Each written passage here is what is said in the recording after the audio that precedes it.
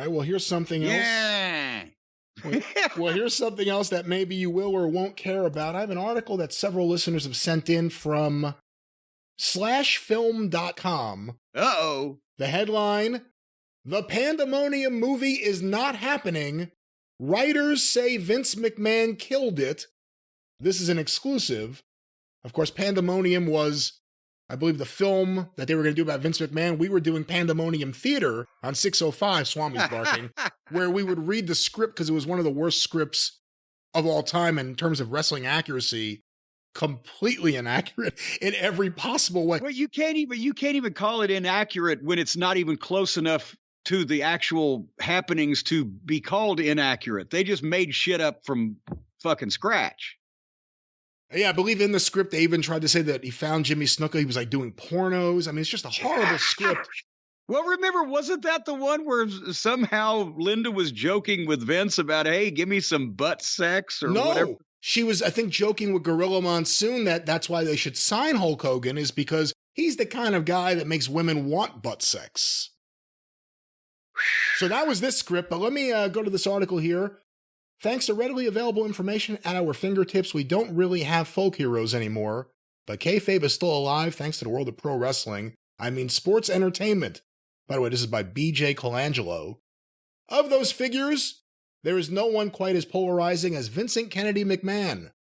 For nearly half a century, Vince McMahon has been the most powerful presence in the world of professional wrestling. Let me find where it actually gets to some fucking shit here.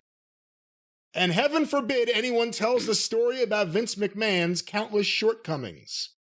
For many years, John Requa and Glenn Ficarra have been attached to direct a Vince McMahon biopic called Pandemonium.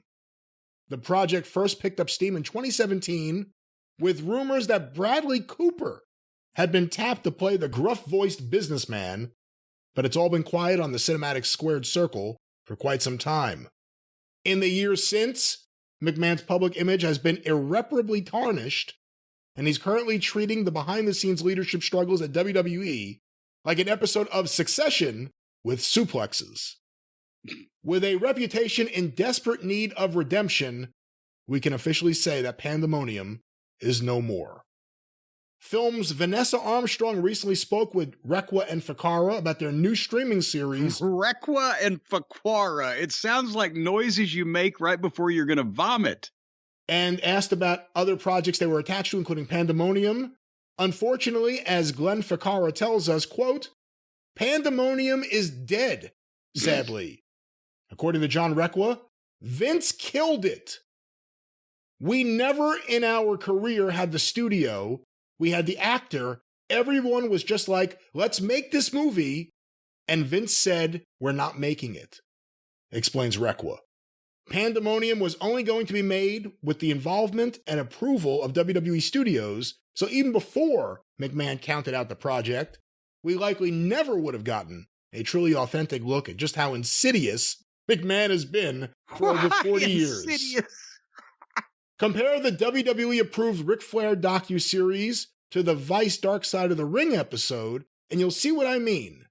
It's a shame the film isn't going to happen, but the duo knows they're not alone. Here's a quote from Requa. So yeah, we're on the very long list of people who got fucked over by Vince. Any thoughts on Vince McMahon killing the Vince McMahon movie? Yes, it was euthanasia. It was a mercy killing. These fucking clowns. I'm all for a legitimate documentary or movie or whatever the fuck being made of Vince, but we saw the script, or at least the part that they released. And if those were the parts that they let out, I can't imagine what they kept back. It was the worst script in the history of Hollywood. It was completely made up bullshit that didn't even sound good or like the people involved. So they're trying to now say, and I firmly believe that Vince got it killed, because I'm sure he said, if you make this movie and say these things about me and my family, I will sue you. Because it was ridiculous. So, yeah, so they're trying to say... It. Didn't WWE buy the rights to the film? Probably to just not have it made. The point is, this fucking script was floating around, and we said at the time that there's no goddamn way that Vince will, that they bought it so Vince could fucking change it. If anything, there's no way it's going to be made. And now they're acting like that this evil corporate executive killed their budding Academy Award winner when it was fucking dreck to begin with. They weren't going to make a good movie with a good script. They were going to make a stupid movie with a shitty script that was all made up. So why wouldn't he want to kill it?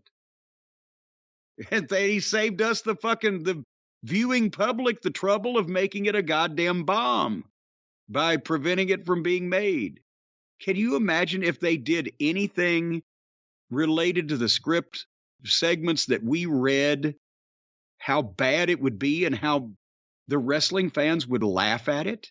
That was what I was hoping for, yeah. Certainly was what I was hoping for, but I guess that's dead. And so now the Vince McMahon biopic, Pandemonium, is dead. The documentary project that Netflix was doing, is that the same one that Bill Simmons was involved with? I think so. I think so. That's what I'd like to see, because that doesn't seem like they'd be jacking around trying to... Yeah, Bill Simmons is involved. They'll play friendly with WWE. That's the problem. Well, but I mean, they're not going to, goddamn, just make up this ridiculously badly written shit about his life. They might just not tell the whole truth, but they're not going to, do a fucking complete fictitious rewrite.